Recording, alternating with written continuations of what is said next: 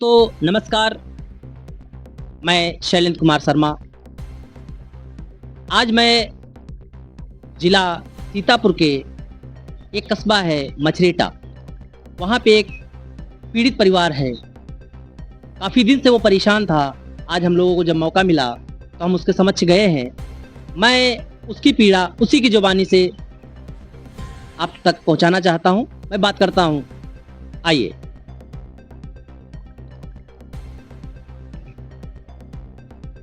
आप अपना नाम बताइए। राम है राजवंशी, ग्राम मछरेटा, तहसील मिश्रिक, जनपद सीतापुर का रहने वाला। अच्छा, आप काफ़ी दिन से हमें बता रहे थे कि ऐसी समस्या है, आपको किसी प्रकार का समाधान नहीं मिल रहा है, शासन प्रशासन किसी से भी।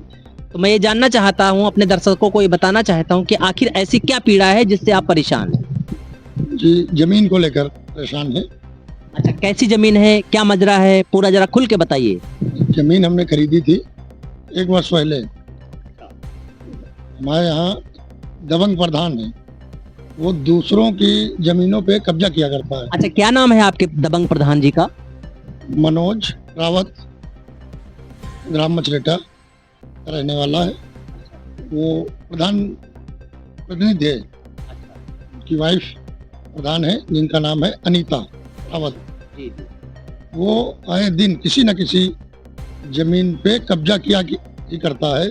जैसे कि एक हमारी हो गई, एक है पेट्रोल पंप के पास सीतापुर रोड पे मुअस्सिर सेठ की, उस पे भी उसने जबरन कब्जा कर रखा है। एक और है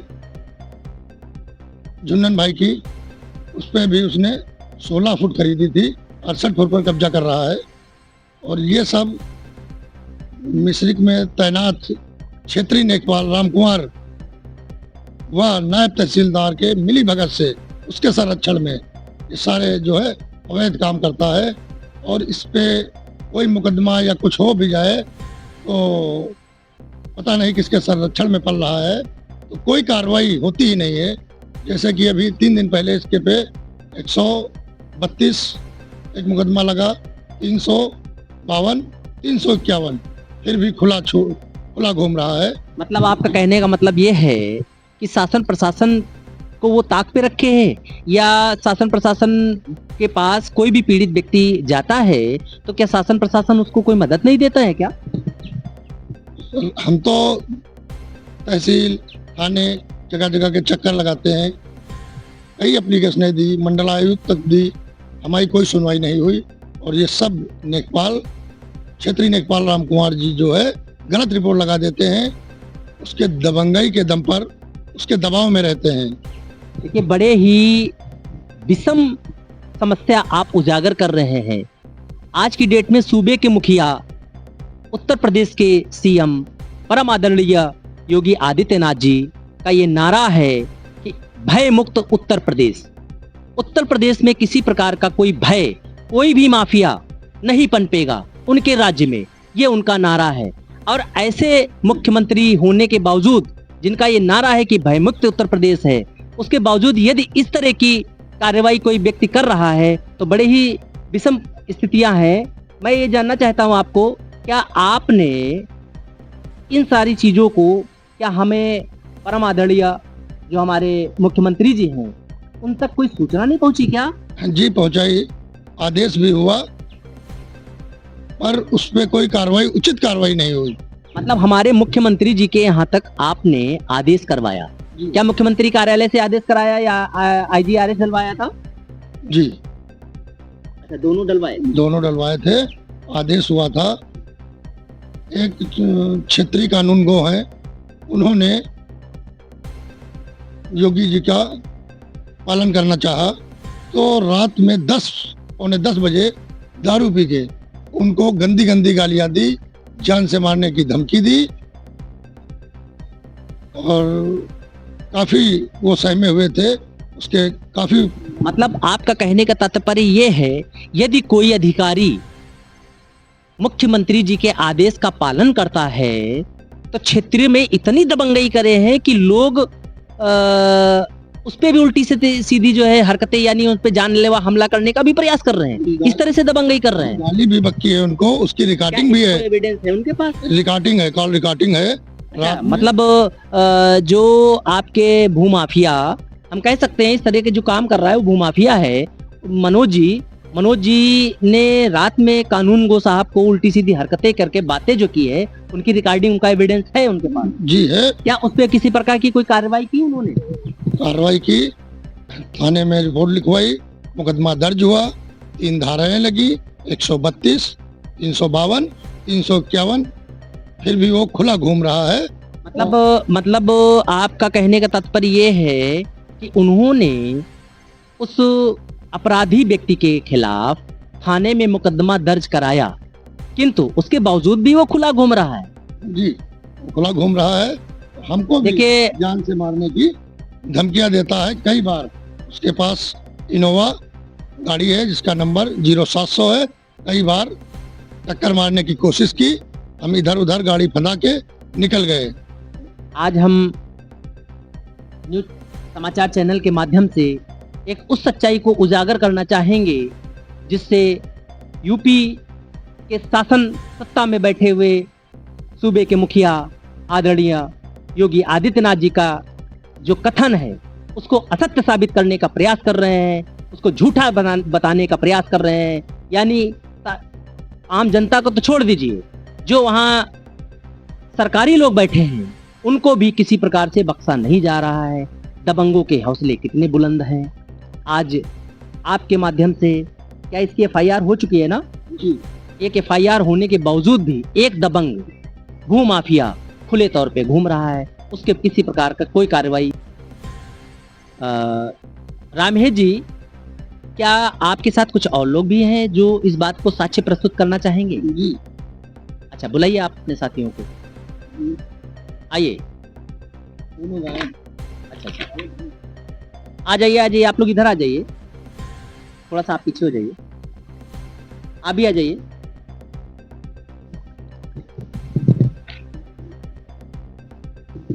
देखिए, हम आपकी समस्या को उजागर करने का प्रयास कर रहे हैं।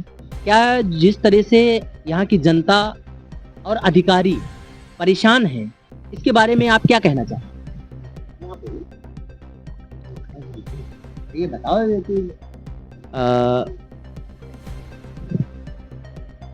वहीं से चालू कर रहे हैं आप?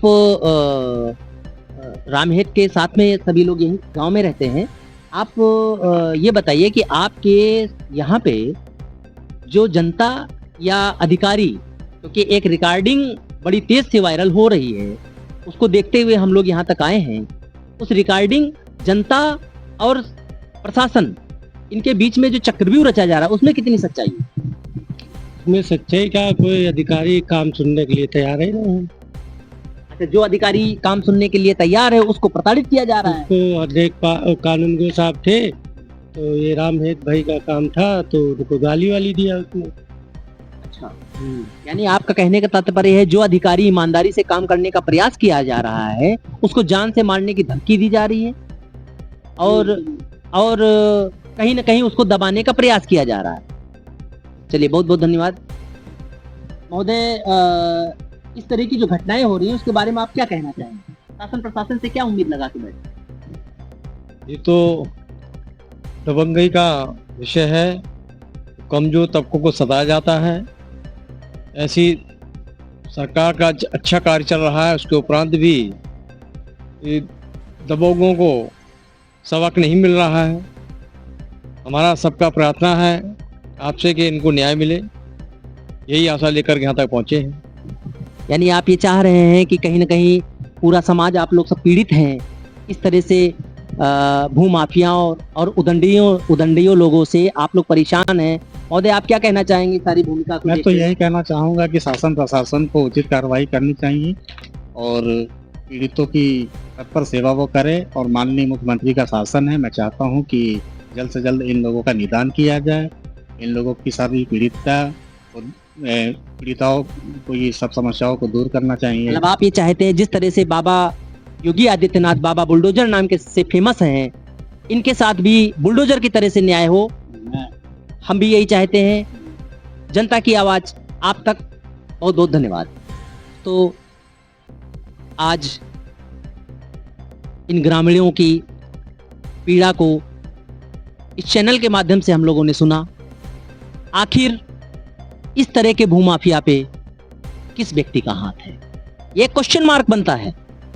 कौन है ऐसा जो इसको इतनी शक्ति दिए है? एक ग्राम प्रधान चाहे शासन प्रशासन के व्यक्ति को उल्टा सीधा गाली गलौज कर रहा है, एक कानून को जैसे अधिकारी को जो रिकॉर्डिंग के रूप में हमारे पास प्रत्यक्ष है उसको अभद्र गालियां दे रहा है, जान से मारने की धमकी दे रहा है, ग्रामीणों को हर तरह से सताने का प्रयास कर रहा है, जिसकी देखो उसकी जमीनों को कब्जाने का प्रयास कर रहा है।